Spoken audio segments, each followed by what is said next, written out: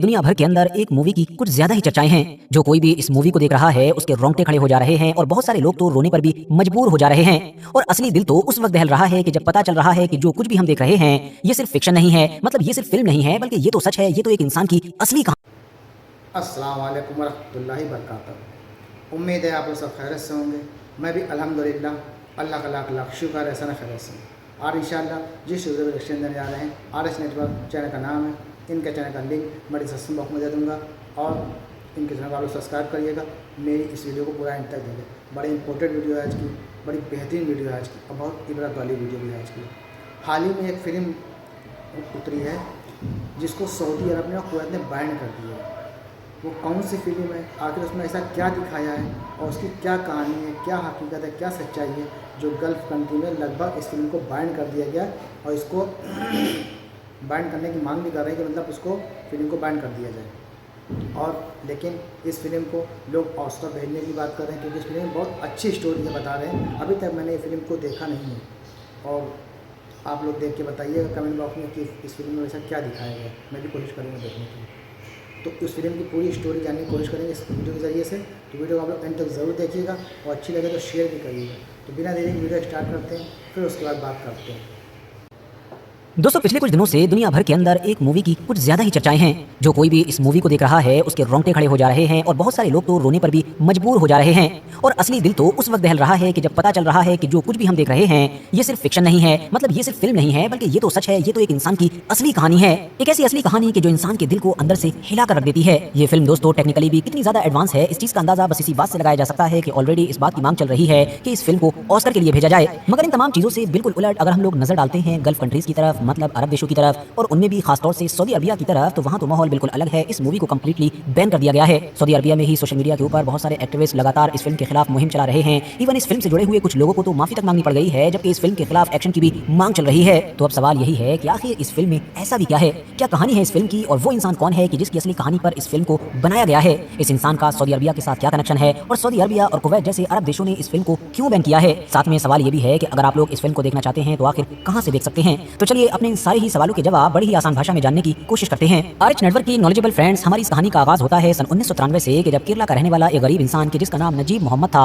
वो अरब देश पैसा कमाने के लिए जाना चाहता था। वो देख रहा था कि उसके इलाके के बेशुमार लोग अरब देशों में जाते हैं और काम करते हैं और बहुत कम वक्त के अंदर ही वो इतना पैसा कमा लेते हैं कि उनकी और उनके पूरे परिवार की जिंदगी सफर जाती है। बस ये देखकर उसकी भी ऐसा करने की ख्वाहिश थी और अपनी इस ख्वाहिश को पूरा करने के लिए वो किसी भी हद तक गुजर जाने के लिए तैयार बैठा था। उन्हीं दिनों ही नजीब की मुलाकात एक एजेंट से भी हुई जिसने नजीब से कहा कि वो सऊदी अरबिया की एक सुपरमार्केट में सेल्समैन की नौकरी उसको दिलवा सकता है। उसको मुंबई ले जाया गया जहां पर उसको वीजा दिया गया, लेकिन वीजा के बदले में नजीब से लगभग 50,000 रुपए मांगे गए और जाहिर है गरीब नजीब के पास ये रकम तो थी नहीं। तो इसीलिए अब नजीब ने अपनी पुश्तैनी जमीन बेचकर जैसे तैसे इस रकम का इंतजाम किया। पैसा देते ही नजीब को अब सऊदी अरबिया जाने वाली एक फ्लाइट में बैठा दिया गया। सऊदी अरबिया पहुंचकर एयरपोर्ट पर एक आदमी नजीब से मिला जो उसको अपने साथ ले गया। 2018 में द न्यूज़ मिनट को दिए गए इंटरव्यू में नजीब ने खुद ही बताया था कि जब एयरपोर्ट से हम लोग लगातार चलते रहे और ये सफर 2 दिन का हो गया, तभी मुझको शक हो गया था कि कुछ न कुछ तो जरूर गड़बड़ है। लगभग 2 दिन का लंबा सफर तय करने के बाद नजीब को एक चटियल रेगिस्तानी इलाके में लाकर छोड़ दिया गया जहां दूर दूर तक कुछ भी नजर नहीं आ रहा था। और वहां जाकर नजीब को बताया गया कि आज से उसको यहीं पर काम करना है और काम भी क्या करना है, तो बकरियां चराना है। नजीब के मुताबिक उस खतरनाक रेगिस्तानी इलाके में उसके अलावा 2 और लोग भी थे, जिनमें से एक उसका बॉस था जबकि दूसरा उसका भाई था।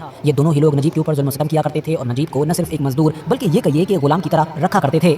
हर दिन नजीब का एक ही काम था कि लगभग 700 के करीब जो बकरियां थी उनकी देखभाल करना, उनको चराना। और सबसे ज्यादा हैरानी की बात तो ये है कि महीनों बल्कि सालों तक ये काम करने के बावजूद भी नजीब को एक टूटी कौड़ी नहीं दी गई। नजीब की हालत दिन ब दिन बिगड़ती जा रही थी। जो मालिक था वो तो खुद टेंट में सोया करता था जबकि नजीब को बाहर सुलाया करता था। इसके अलावा खाने के लिए भी कुछ नहीं दिया जाता था सिवाय एक ब्रेड की जो बहुत मोटी और कच्ची हुआ करती थी। उस ब्रेड को गले से नीचे उतारने के लिए भिगोना पड़ता था और भिगोने के लिए भी वहां पर सिर्फ बकरी का दूध ही हुआ करता था। और बकरियों को भी क्योंकि कभी नहलाया ही नहीं जाता था, तो नजीब के मुताबिक बकरियों के दूध से हमेशा बुरी आया करती थी। वैसे नहाने की इजाजत तो खुद नजीब को भी नहीं थी। नजीब लगभग 2 साल तक नहीं नहाया और कपड़े के नाम पर भी सिर्फ एक लंबा सा लिबास शुरू में ही दे दिया गया था जिसको नजीब ने लगातार 2 साल तक पहना। और 2 साल तक न तो नजीब के बाल कटे, न दाढ़ी कटे और शक्ल इतनी भयानक हो चुकी थी कि नजीब खुद भी देखकर घबरा जाए। कहीं बीच गुमनाम रेगिस्तान में रहने वाले नजीब को आसपास में कहीं भी जाने की इजाजत नहीं थी, बल्कि वो बकरियां भी चराने जाता था तो उसका मालिक उसके ऊपर नजर रखता था। नजीब के मुताबिक उसको लगभग हर दिन मारा जाता था और अगर वो रोता भी था तो उसके आंसुओं को देखकर भी उसके मालिक को उसके ऊपर तरस नहीं आता था। नजीब से बेइंतहा यहाँ काम लिया जाता था, बल्कि खुद नजीब ने एक बार इंटरव्यू में बताया था कि मुझे लगता था कि शायद मेरी जिंदगी अब यहीं पर खत्म हो जाएगी। जब मैंने अपना घर छोड़ा था तो मेरी बीवी प्रेग्नेंट थी और उन लोगों की भी कोई खबर मुझ तक नहीं पहुंचती थी। ऐसे ही हालात में लगभग 2 साल गुजर गए और साल 1995 आ गया। नजीब ने इस पूरे लंबे दौर में किसी से भी बात नहीं की, और बात करता भी कैसे, क्योंकि नजीब को तो अरबी ही नहीं आती थी।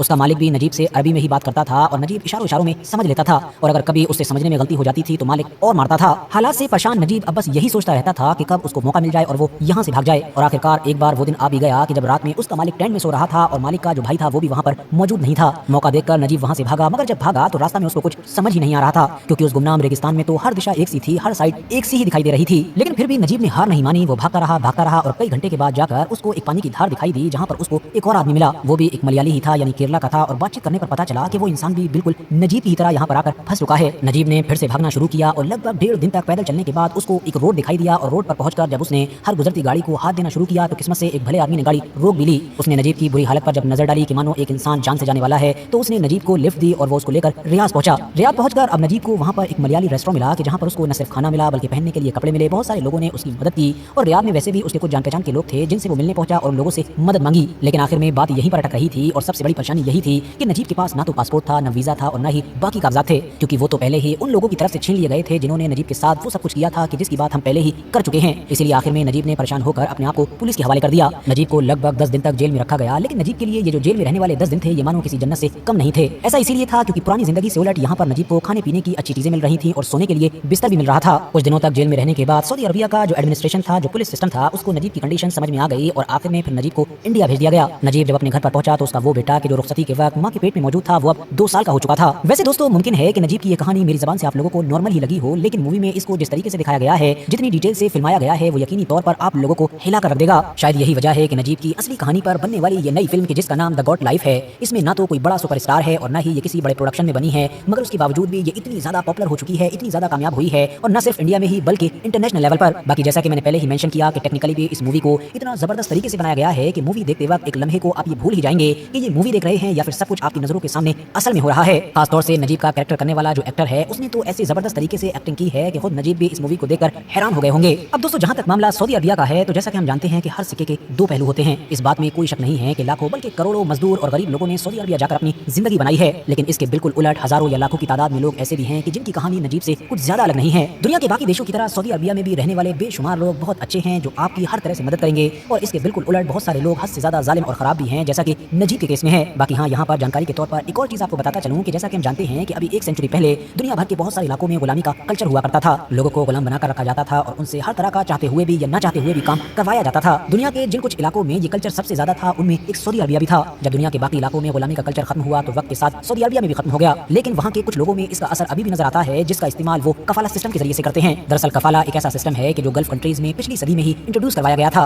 आसान भाषा में समझें तो कफाला सिस्टम कुछ इस तरीके से काम करता है कि अरब दुनिया का एक शख्स दुनिया के बाकी देशों के इलाके से लोगों को अपने यहाँ पर बुलाकर नौकरी दे सकता है, और अरब देशों का जो इंसान ऐसा करता है उसको कफील कहा जाता है। गवर्नमेंट की तरफ से इस कफील को परमिट दिया जाता है, मतलब इजाजत दी जाती है कि आप दुनिया के बाकी देशों से लोगों को नौकरी के लिए बुला सकते हैं, उनको स्पॉन्सर कर सकते हैं। और इसी सिस्टम के तहत ही हमने देखा था कि 1970 के बाद से बेशुमार लोगों को अरब दुनिया में काम मिला था। करोड़ों लोगों को काम तो मिला, लाखों की जिंदगियां भी संवर गई, लेकिन एक बड़ा नंबर ऐसा भी था कि जिनकी किस्मत में नजीब जैसा कफील आ गया कि जिस कफील ने उनको नौकरी देने की बजाय अपना गुलाम ही बना डाला, उनके ऊपर जुल्म सितम किया, उनका पासपोर्ट, उनका वीजा सब कुछ जब्त कर लिया, जिसकी वजह से वो लोग अपने घरों पर कभी वापस ही नहीं लौट सके और रेगिस्तान में ही मर कर रह गए। इवन कई बार तो इस तरह के भी खुलासे हुए हैं कि इस तरह के जालिम कफील अपने यहाँ पर जो बंदे होते हैं जिनको ये गुलाम बनाकर रखते हैं, इनको दूसरे कफीलों को बेचते हैं, जिससे क्लियर पता चलता है कि इस तरह के कफील इन लोगों को अपना नौकर या अपना मजदूर नहीं बल्कि गुलाम ही मानते हैं। उस दौर में दोस्तों जब नजीब जैसे तैसे इंडिया वापस आने में कामयाब हो गया था और उसकी ये दर्द भरी कहानी जब लोगों ने सुनी और आसपास में फैलनी शुरू हुई, तो केरला के जो एक मशहूर राइटर हैं यानी बिनयामीन, उन्होंने इस पर एक नॉवल लिखने का फैसला किया जिसका नाम है आदू जीवितम। ये नॉवल इतनी ज्यादा मशहूर हुई कि बहुत जल्द ही इसको और भी बहुत सारी जबानों में ट्रांसलेट किया जाने लगा, और फिर 2019 और 20 का दौर आते आते तो इस नॉवल के ऊपर फिल्म बनानी भी शुरू कर दी गई, मगर अलग अलग वजहों से वो फिल्म डिले होती गई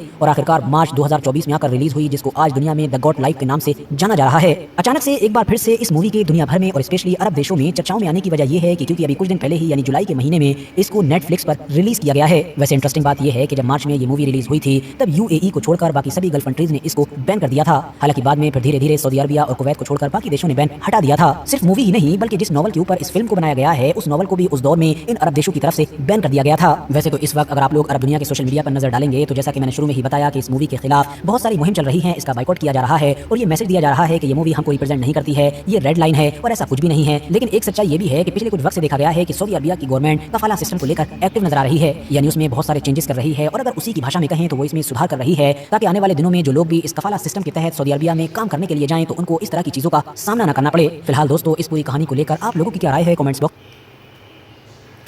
तो दोस्तों ये तमाम एक्शन जो हमने देखा वाकई में वीडियो तो बहुत अच्छी थी और पिक्चर भी वास्तव में बहुत अच्छी बनाई होगी जिस हिसाब से इसमें बताया गया है। अक्सर लोगों के साथ ऐसा होता है धोखाधड़ी, जो लोग गल्फ़ कंट्री में जाते हैं उनको एजेंट लोग बोल के लेके आते हैं फला काम कराएंगे, लेकिन वहाँ को बकरी चढ़वाने के लिए भेज दें, रेगिस्तान में डाल दें, जहाँ मर्जी होता क्योंकि आप वहाँ कुछ कर नहीं सकते।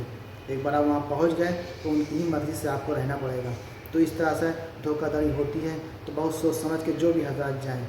जिसके साथ अच्छा होता है तो वो अच्छा कहता है, जिसके साथ इस तरह के हादसे या इस तरह से घटना होती है या बुरा हो जाता है तो वो बुरा ही कहता है। तो ये फ़िल्म उसी बेस पे थी, इसीलिए ये फ़िल्म गल्फ़ कंट्री में बैन की गई है। तो उम्मीद है वीडियो आप लोग अच्छी लगी होगी, अच्छी लगी तो इसको शेयर करिएगा। फिर मिलेंगे इंशाल्लाह नेक्स्ट वीडियो में, तब तक के लिए अस्सलाम वालेकुम व रहमतुल्लाहि व बरकातहू।